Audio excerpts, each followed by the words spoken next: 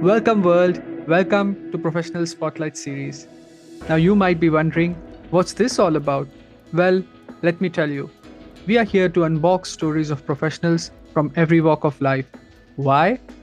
So we can learn, get inspired, and gain new perspectives to navigate our own lives. Before we move on, first things first, I gotta give a huge shout out to all of you. Thank you so much for the incredible support and love you've showed after the first episode. It's been greatly encouraging and has really fueled my drive to bring you the best content possible. Your support means the world to me and keeps my passion alive. So I just want to share that before we dive into today's episode.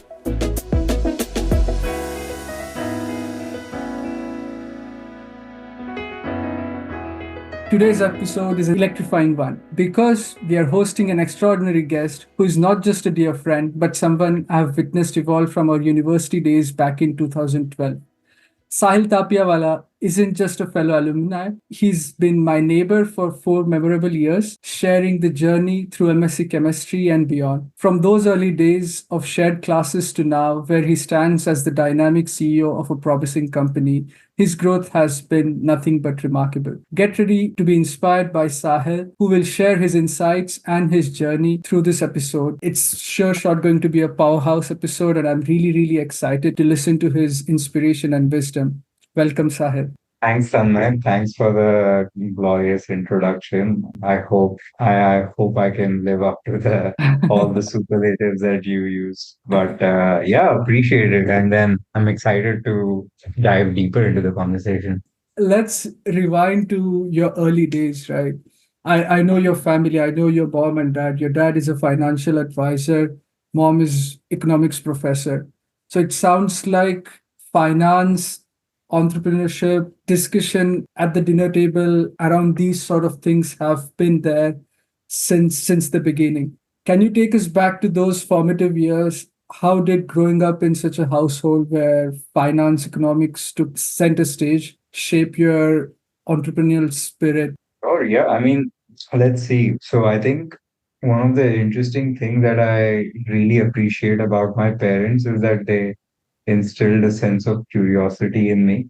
And it was always about asking why for a lot of different things. And I was kind of the black sheep of the house, that I was interested in science rather than in finance or anything else. But that did not stop them from badgering me with all the talk about finance. And to be honest, I really enjoyed it because, for example, my dinner table conversations, or in the morning I would have breakfast with my dad, and he would sort of discuss about what are the different companies on the stock market doing, what makes them valuable, and why do we invest in those companies rather than any other company. And so really understood it's really hard to explain, but it almost instilled in me this like desire to understand value creation and value capture, which is really although it is a financial or an economic concept, but it is a qualitative concept as well. And so that used to be super interesting. We would have conversations about evaluating different companies, what is the differentiator, what are the moats, or what are the defensibility of different companies. And this would be the beginning of my day. And then as I went to school and then came back home, and in the evening when my mom used to come back, and like we would have a while I was doing my homework, and we would have some snacks, she would explain concepts in economics. She was that time working on behavioral economics, as well as in just understanding, like, I guess, market behavior. Mhm. um, and that was quite fascinating because I did not understand the specific words back then. She was a really good teacher, so she was also able to explain to me. I think as a 12-year-old, the concept of, say, for example, diminishing marginal utility. Mm. That once you have the first piece of cake, the next piece of cake has a diminishing marginal utility. This was really easy for me as a kid with a sweet tooth to understand, because I would get really full and then not have the next piece of cake. But this is just a glimpse into what a day would look like.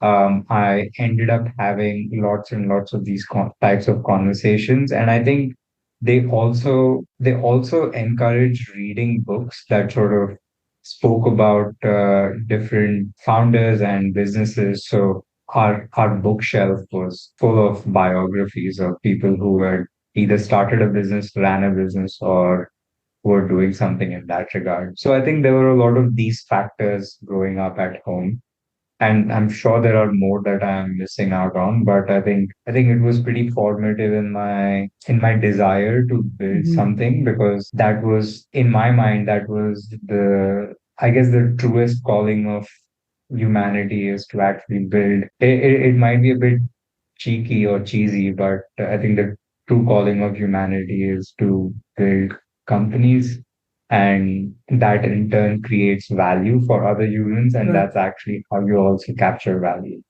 So yeah, I really took to the concept of capitalism back then. That's very interesting. Two things that I would like to stress on what you just said. Firstly, is that I think what your parents did, those formative years when you're in school, right, till you enter the university, I think those are the years where you're grasping everything like a sponge. So it doesn't matter you understand things or not, but just the words that are coming onto you, they go and settle in your brain somewhere and they come out at some point in your life, but you are soaking in information so well.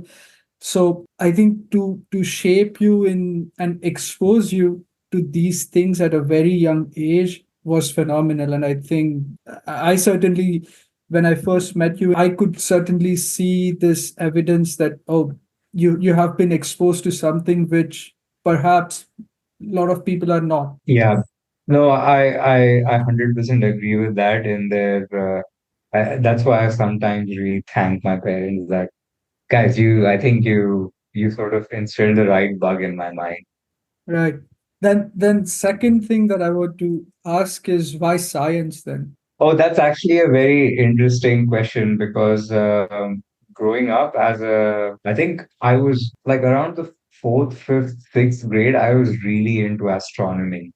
I used to go for astronomy competitions, and I was just extremely fascinated by space and space exploration. And I thought that that is what I was going to do. I was going to Mhm. be an astronomer, and I was going to explore the stars. But as I got closer to choosing a university, I realized that I feel that it can be a lot more agentic. Agent-like behavior is Mhm.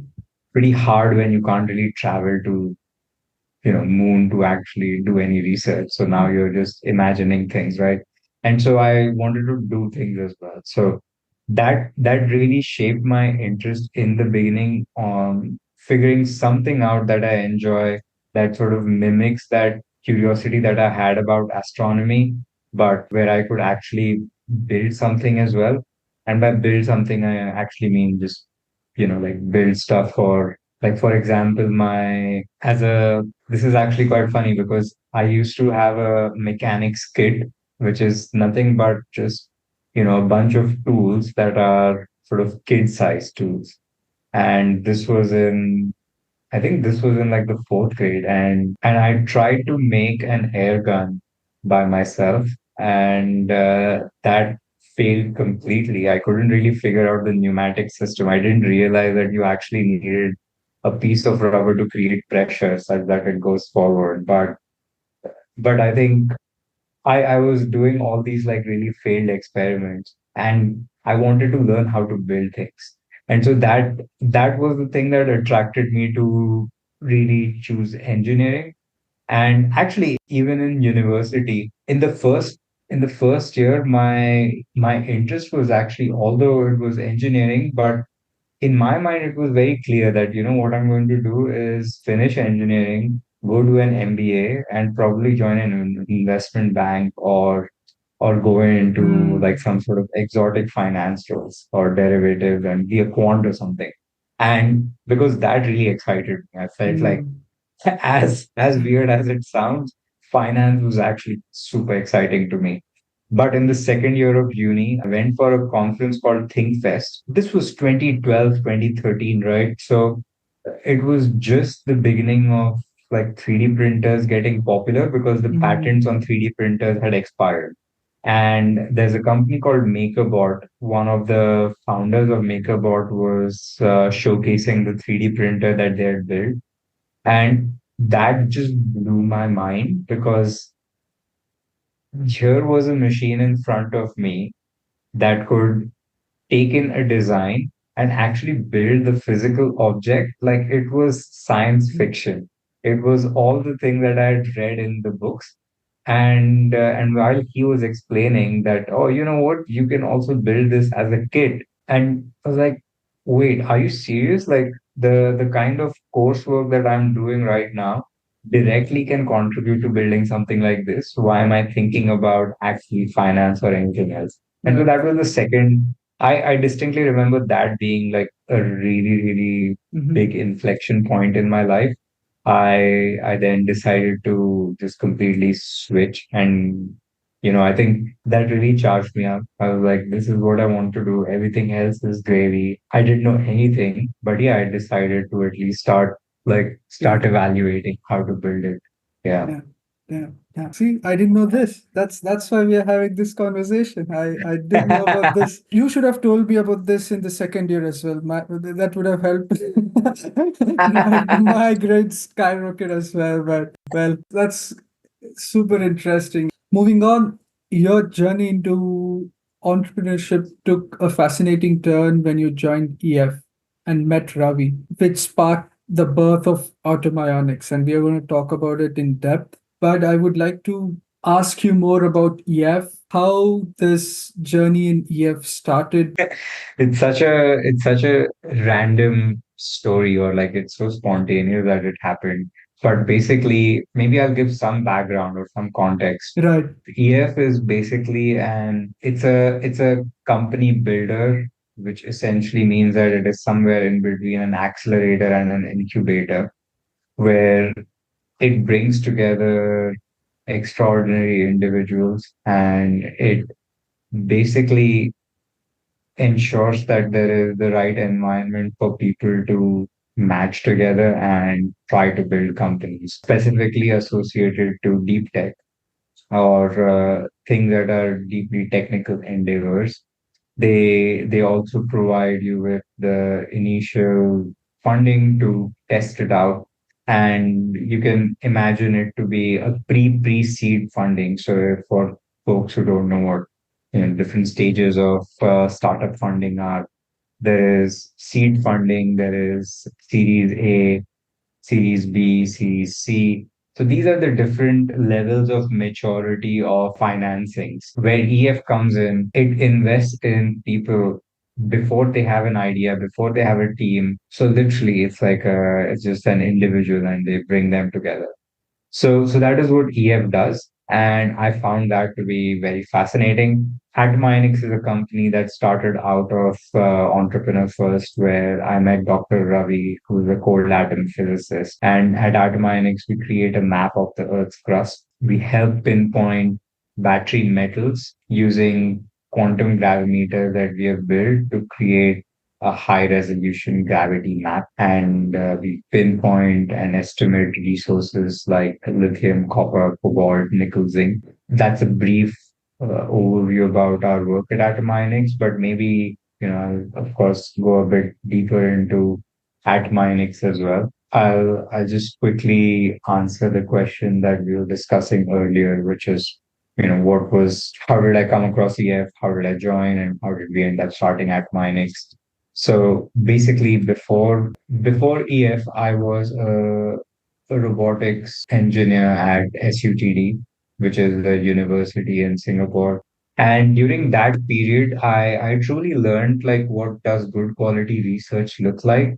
At the same time, I also realized that personally for me, academic research is not where my heart lies. I'm interested in robotics, but I'm not interested in academic research. I was trying to figure out what to do next. During this period, I had this habit of going for different talks that were happening in Singapore, and I would just sign up for talks. I was like, I might get to learn something new. Yeah. And so this particular talk was about how do you build successful technology companies. This event was organized by EF, by the way, and had organized a dinner for like 10 to 12 people. And I was like, yeah, as a broke student or a broke intern, I was always down for free food. And so I decided to attend that dinner. During that dinner, I sat next to one of the founders of EF, Matt Clifford. And this was a dinner that was the other inflection point for me, because this was the first time that someone was talking about building engineering solutions and building a company in the same space. Because previously in university or wherever else, these two concepts were separated in my mind. You either became a technical engineer or you either became someone who worked on like the commercial side or you did Right. business development, something of that sort. And so this was the first place where people were talking about doing it like together. And it felt like I had met my kind of people. Anyway, Matt, who was sitting next to me, was like, "Hey, why don't you start a company?"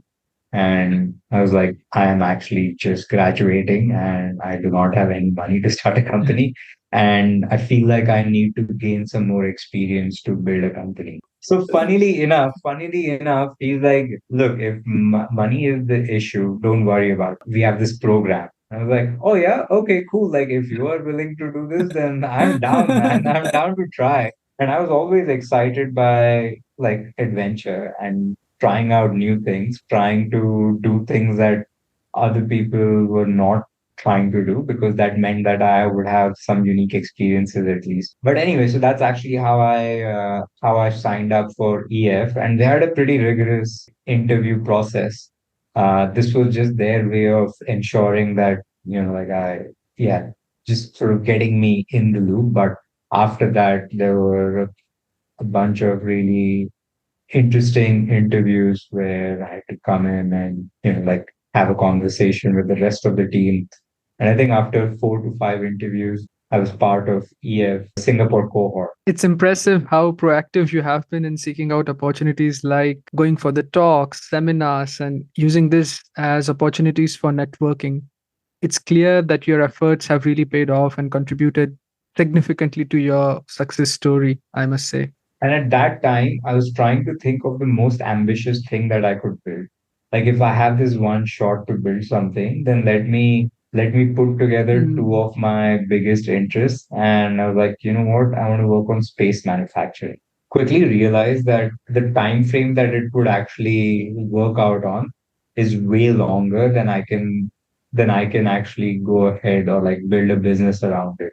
So, although it was a really cool technology, metal 3D printing that I had experienced with, but the market just wasn't there for right. space manufacturing. And that's actually how I ended up sort of pivoting to 3D printing on Earth and basically creating a metal 3D printer that is ultra small. So a desktop scale metal 3D printer. Usually these 3D printers operate in like a room, like they're the Right. size of the full room. That was essentially a interesting, I would say an insight into like, okay, materials and laser systems. And I was trying to find another partner who could actually help me build laser systems because I knew everything to do with materials and the robotics of building a 3D printer, but nothing to do with the laser systems. And then the folks at EF actually recommended I chat with Ravi, who was also part of the cohort. Ravi is a super interesting guy. He did his PhD and postdoctoral work in cold atom physics. I was like, okay, maybe there is something to do in cold atom systems. That seems really, really cool. We knew that metal 3D printing will happen, irrespective of us being there or not there. There were already cold atom sensing companies, but to be honest, they were working only on the research problem statements. And so that's actually how we decided to see if there's a market for quantum sensors and started Atominex. And then, I'm happy to share more about how that journey was. But after a lot of meandering, the present day Atominex is what it is now. Wow. Wow. First of all, I think the journey has been very, very difficult, right? I mean, from the time you started working on one thing, then you have to pivot on another thing. Because I remember we had few conversations when you were new in EF and it was a lot of struggle. So your journey from there until now has been very, very inspiring for me to witness. And from your early days, starting this company with Ravi, it was just two of you, and now I think you're a team of 20. Your grit, determination, and hard work has been remarkable. So, Actually, one thing I'll just add on the difficult part, no one tells you how many rejections you have to experience. And not just that actually, but I was here in a completely new country, right, and actually running out of money because I literally did not have any. As the space manufacturing was not working out, it was also just sort of a sink on my all my savings, and so I was like, shit, that's like I've come really close to seeing a zero on my bank account, and that's kind of scary, especially when you're in a completely new right, environment. And it's more like if it hits zero, you're supposed to head back, right? Because right, there are visa situations and right. what that And come into picture. exactly why I wanted to talk about it. You explained a bit on the first part of the challenge on building the company. What I would like to now know is from being 2 to 20. So that's 10x, right? So now your responsibilities, you're not just now motivating yourself and Ravi. You have to motivate a team of 20. And as you said, the team is growing, the company is growing. There's a lot of demand for what you're doing. So how are you tackling this next part of your challenge right now to grow as a company and to lead people, to create an organizational culture? Wow, I think there have been so many mistakes. So this journey has been like fraught with like learning by doing, especially because there's no right answer or like Mhm. as much as we would like for someone to actually give us a blueprint.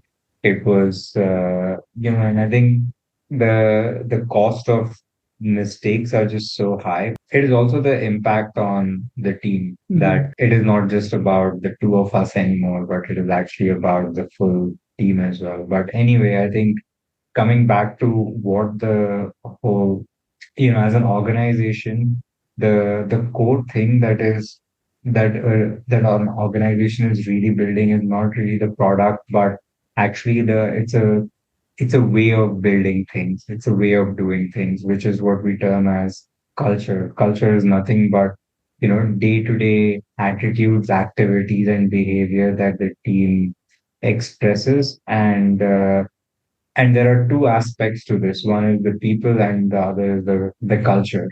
And we've been quite lucky to actually have some incredible people on the team, people who strive for the same things, and people who are as ambitious and are not just skilled or talented as engineers, but they want to build things that go beyond themselves, and they think about Mhm. the team first than than just the individual. And I think that's where it is really setting a very high bar for, or not necessarily just a high bar, but having the right people in is the first part of the problem Mhm. statement. And then the second part is how do you ensure that, as the team grows, there are always challenges. The people challenges are, the engineering challenges are predictable.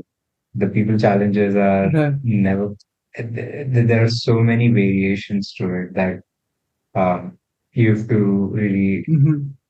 manage everyone's not just emotions, but how interpersonal communication and all these things as well. So these are some of the challenges. But I think the way we started off just as a team of two, and then we started expanding from then on. The first five people that we hired were absolutely critical. We're quite lucky that they decided to move their whole life to Singapore to work with us. So when we started off, I had no idea what does managing or hiring really mean and what does good look like on that. And so I spent a lot of time learning and listening to people talk about hiring, people talk about the mistakes that they've made.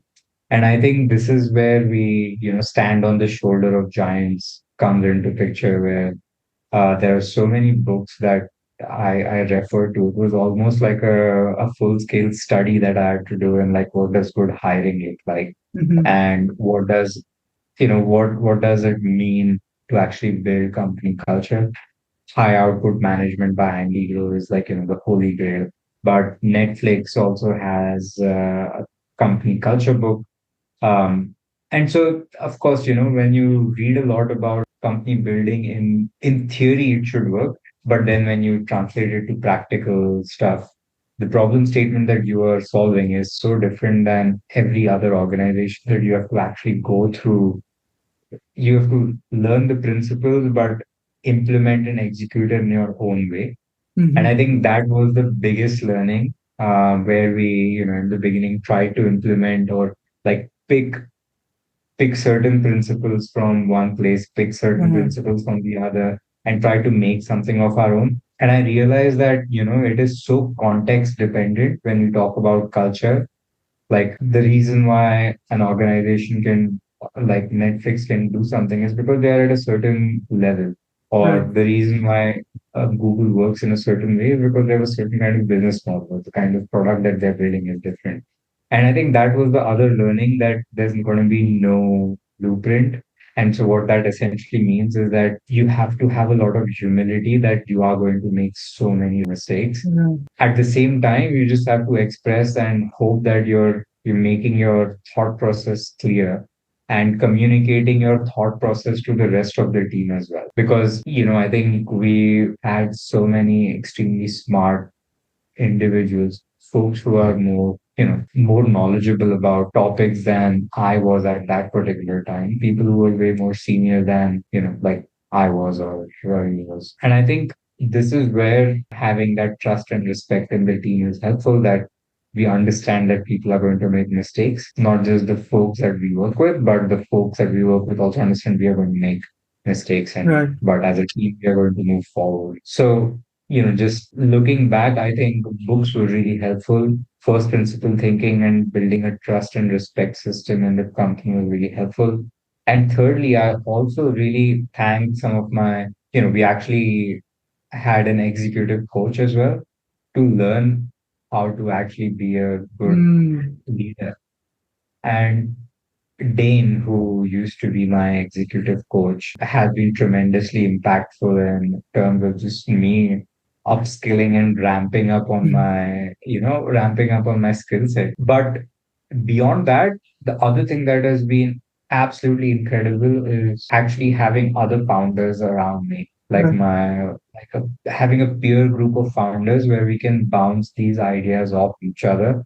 We are kind of in the same boat, all of us. And so, I think when people are in the arena trying out different things, they have the most feedback, and Yeah. their feedback is something that you can trust, Right. because they're the only ones who actually know what it must feel Right. like, Right. or what are the repercussions of certain decisions. So these are a few factors that personally have been things that have taught me a lot about, like, managing the team, managing the culture, and also hiring. It becomes very real when someone moves from a different continent to join you in the company. Our first employee, or our first scientist, she moved from the UK and joined us here in Singapore with her Wow. family.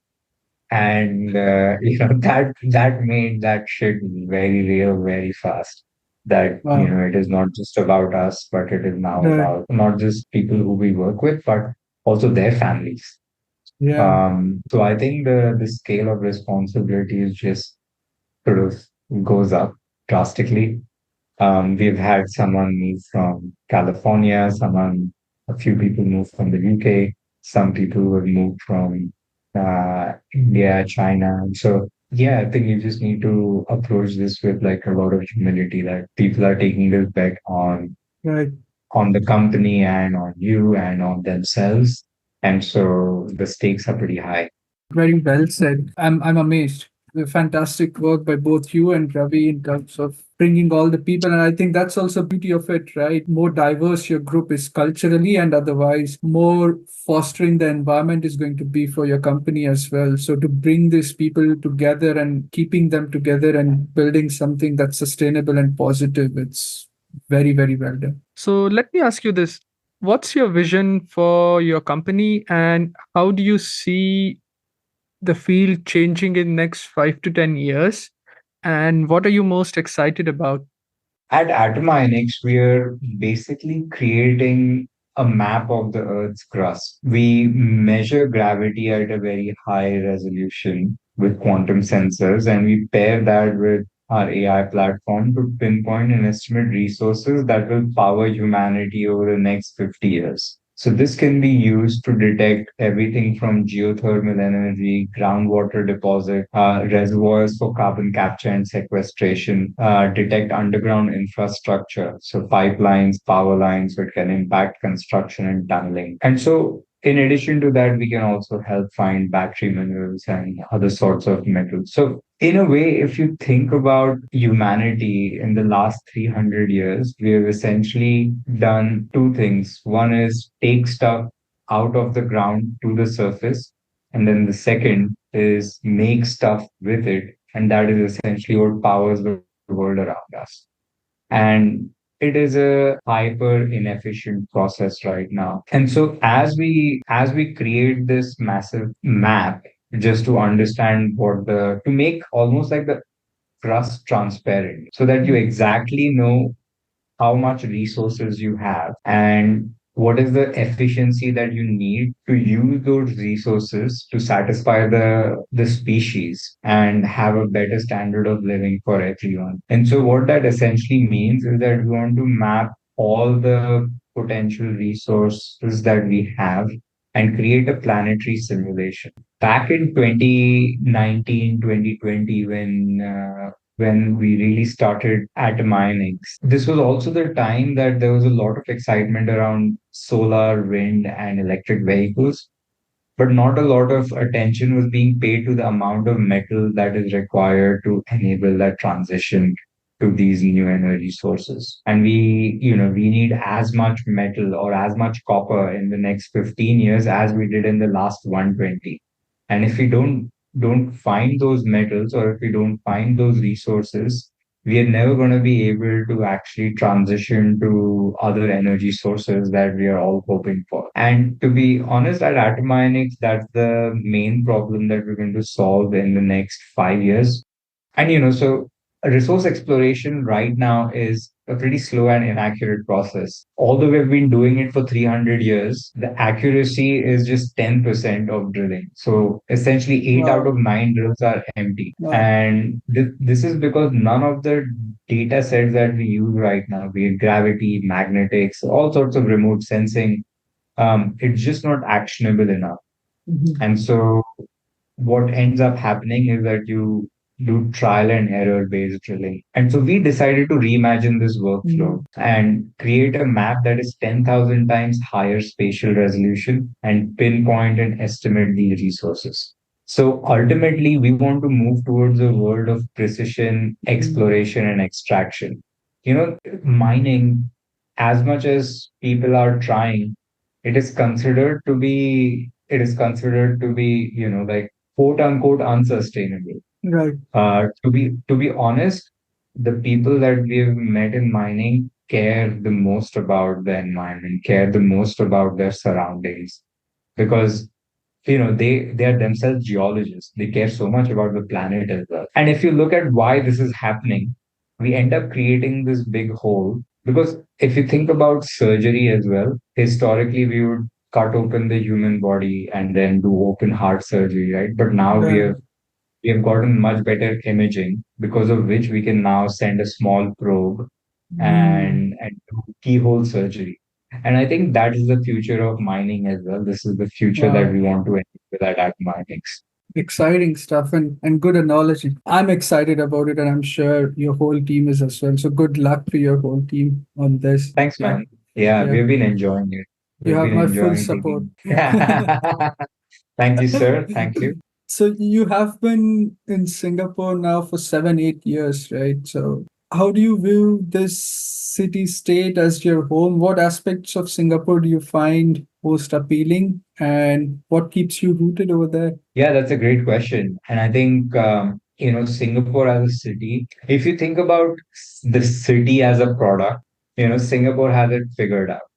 It Mhm. has figured out transportation. It has figured everything is absolutely clean and tidy, and everything just works. Like anything and everything that you can imagine as like your logistics or administrative services of living in a country have been figured out by, and they've so that you can focus on things that are the most important and critical to you, that really impact your life. And so this is on one hand, which is a bit more surface level view. But as you go deeper, I think the thing that stood out to me about Singapore is also the scale of ambition that the government has, which is interesting because they think about it not just in 5 to 10 year scale, but they think about it in a 50-year scale. Some of the projects that they've taken up are, they're like a 30-year project. And so I think that's the other part that is quite cool. Like I would like to be in a place where the leadership thinks about the long-term benefit of Mhm. the country and the citizens and all the above. So that's one aspect. Now the second aspect is the people in Singapore are also, I've met some amazing friends over here, and it has almost become like a not almost, it is like a home to me because of all the friends Yeah. around me. It becomes like a melting pot of people from all over the world who come down over here and build things. At the same time, they all have really interesting ideas.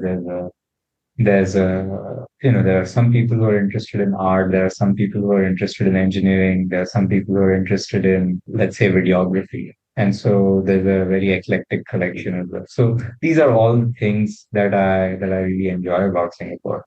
I can see how it can be an attractive place for someone who wants to start their own company or just an amazing place to live. And I see that why you enjoy it so much. Reflecting back on the university days, I'm not wrong to say you were less than serious when it came to diet and sports, right? But in the past few years, you have undergone a remarkable health transformation. What sparked this journey, and how do you maintain it still with your, I'm sure, very busy schedule? That's a great question because I think since I was a kid, I've always been a fat kid. And so, every year I would make a resolution that this is the year when I actually get fit. But it never really changed because my habits were all, bad habits. So food and eating, no exercise or no real activity per se. And so on, like during one such, actually, this is interesting because our common friend Sakshi, Sid, and we were once celebrating New Year's Eve. I distinctly remember this was like 2019 New Year's Eve. So we were having dinner, and I again made the proclamation that, this is the year that I'm actually going to get fit. And Sakshi was like, dude, you know what? You always make this proclamation, but you don't ever do anything about it.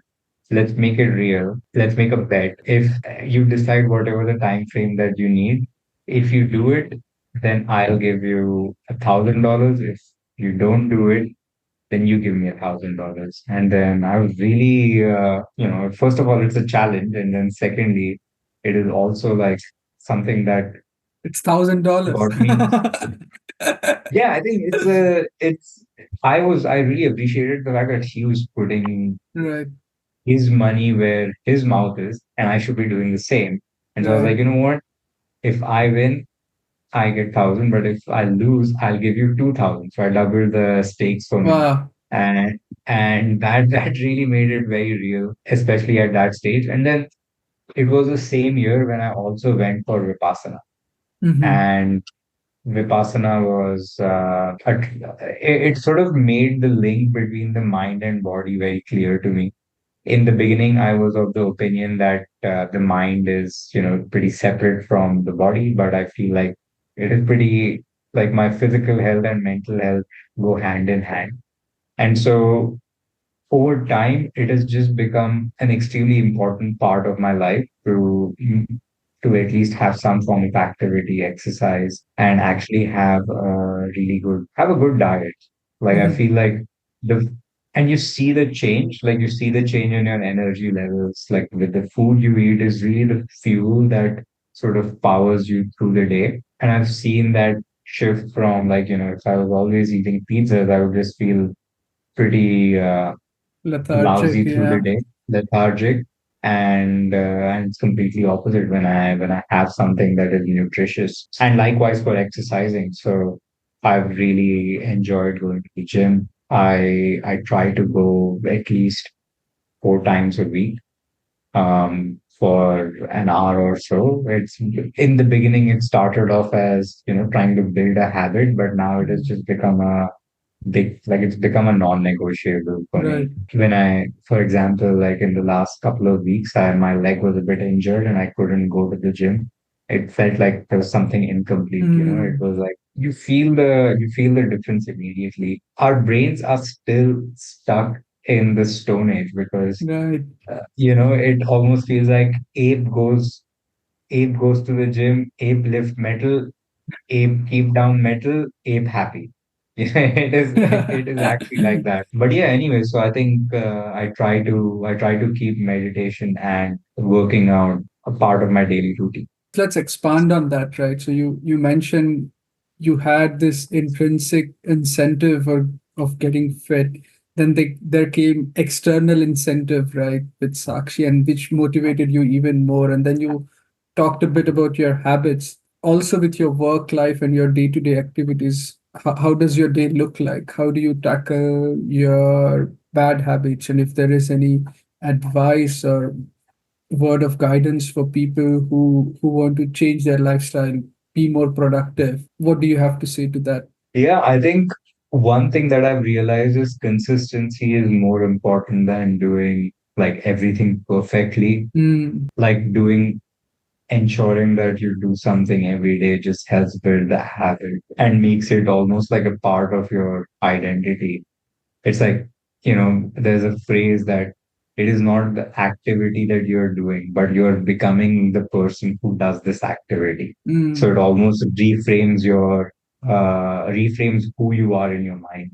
So that's one aspect which is a bit more like principle or philosophical around like how to build a habit. But the way it translates to day-to-day actions is that, like I started off with doing things that I knew I could follow. Like, mhm, just mhm, go to the gym twice a week. Twice a week is like just 2 hours of, all the hours that I have. And it could be on the weekend, it could be whenever. Then I decided to just, then I felt like I should ramp it up and I actually decided to do it 5 days a week. And I could maintain that. And so I found my balance in doing like experimenting with it. And I think we forget how important diet or nutrition is. mm, But I've felt like that is a bigger part of like maintaining a healthy and fit life. Of course, exercise is a big part of it, but an equally big part of it is actually, like having the right nutrition. Going from the process of, oh shit, I have to do it and forcing yourself to maintain the discipline to actually enjoying something mhm, has been the key unlock in my mind. For example, I love waking up early. Like mhm, I love waking up at like 5:30 and then, like making my coffee, like meditating for an hour and then like drinking my coffee, go for a walk. And by 6:30 I've actually had, I feel quite charged up for right, the day. And I feel like I've gotten a head start. So I actually end up trying to wake up at 5:30. I actually need to sleep early. And so I sleep at like 10:30 usually. And I think that becomes a virtuous cycle. That's actually how my day looks like in the week. mhm, mhm. Wake up, meditate, coffee, gym, work, work, work, something, and sleep. Yeah. Now, I think I would describe in three words your routine, right? Consistency, determination, and hard work, because these are the three aspects that you covered, right? And I would just like to Yeah, reinforce those. You need to be putting in hard work, but if you're not consistent, one day you're doing everything right, the other day not. It's not helpful. yeah, So yeah.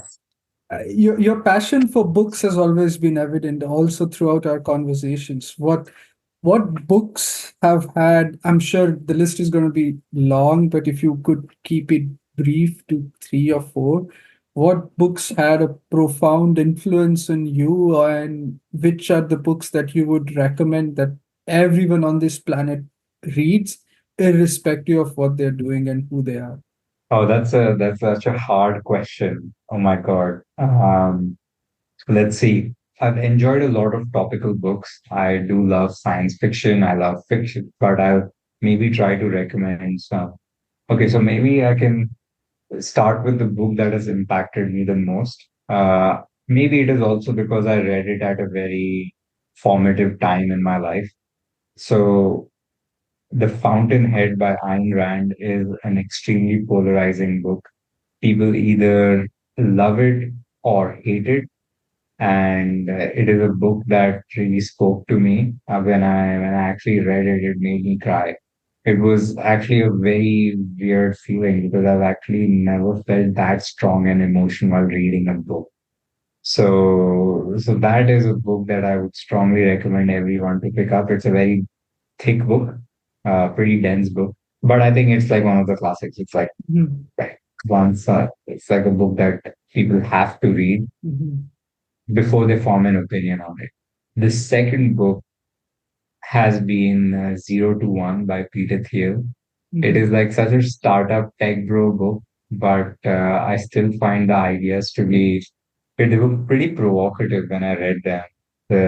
Some of the ideas where competition is for losers, like you were supposed to actually move away from where everyone else is going. Only then can you expect different kinds of outcomes compared to others, and lots of very very good ideas about what does value creation look like. The third book is a split. Hitchhiker's Guide to the Galaxy made me crack up while reading it. Like I actually fell off my chair laughing. Like I've never laughed so hard. So I would definitely recommend that. And then there are books on relationships that have really impacted me. But it is just a general collection of Esther Perel is the author who I feel like she has taken a very first principled approach to relationships. Then there was a book called The Truth, written by Neil Strauss, which was really interesting for me. And there are then so many other books as well. Brené Brown is a really great author. Yeah, I feel like these books have been awesome. Off the top of my mind, I'm sure there must be others. Like if someone is really into energy and understanding the energy crisis, I would recommend How the World Really Works. The new Mhm. map Mhm. is like how the world is going to look like in the next 50 years. So lots and lots of books. It's amazing how books can have such a profound impact on our lives, right? Your selection does sound truly inspiring and must have provided a lot of valuable insights to you throughout your life. As we delve into the essence of unboxing stories, right? So the title of this podcast is Professional Spotlight Series. I have to ask, if you were to shine spotlight on three pivotal moments of your life's journey, one from the past, one from the present, and one that you anticipate in the future, what would those be? Pivotal moments of my life. I guess the first one was, I think that incident with 3D printing, that was like definitely a pretty major moment for me. I felt like this is what, this is what I'm supposed to do, like this is what I like to do. Then the other pivotal moment was, yeah, I think when I decided to start something at EF, I think that was like a pretty major moment in terms of like it really changed the trajectory of my life from, it would have been a very different life if I had ended up going for that PhD. Very different life. And one future moment, right? I don't know Yeah. how to come up with an answer for that, but there are so many things. Maybe if I move to another place apart from Singapore, I don't see that happen anytime at all. But like if that happens, or if I get lucky and find a partner to share this with, or if I actually achieve nirvana, or I have become the next Buddha. There are so many potential pathways. I could become any of these things. These spotlights truly reflect your resilience, innovative spirit, and visionary ambition to become the next Buddha. It's inspiring to see how each phase of your life is intertwined with passion and determination. I'm incredibly happy as a friend and also very proud of your journey so far, and I wish you immense success in all your future endeavors, my friend. Thank you immensely for taking your time and sharing all the insights of your journey about who you are, who you aspire to be. And I know you for 12 years, and I was quite inspired and was happy to know some of the things that I didn't know. So I'm pretty sure our listeners or a listener, I don't know how many people listen to I'm glad we had this, man, and I always appreciate talking to you.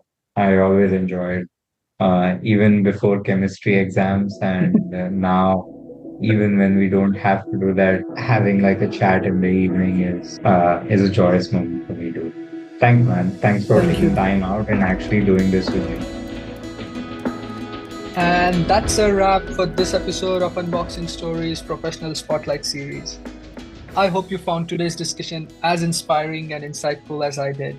If you enjoyed this episode, please subscribe, rate, and leave a review on your favorite podcast platform. Your feedback keeps our passion alive and helps us reach more incredible listeners like you. Thanks for listening. I'm Tanmay K, and I look forward to having you join us again for our next episode where we will feature another fascinating professional. Until then, keep striving, keep thriving, and keep unboxing your story.